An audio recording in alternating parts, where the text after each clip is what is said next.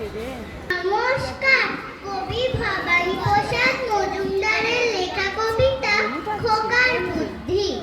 দারুণ রেগেই বললে দাদা, করলে কি তুই খোকা?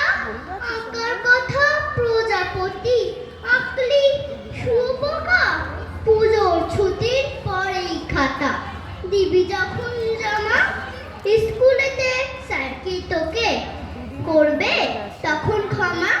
রং তুলি সব সরিয়ে রেখে বললে হেসেই খোকা, আমায় তুমি মিছেই দাদা ভাবছ নেহাত বোকা। লেখাপড়ার কাজে আমি দিই না মোটেও ফাঁকি, এখনো তো পুজোর ছুটি 27টা দিন বাকি। ততদিনও এটা কি আর থাকবে? শুয়োপোকা প্রজাপতি হবেই হবে, নইকো আমি বোকা। নমস্কার।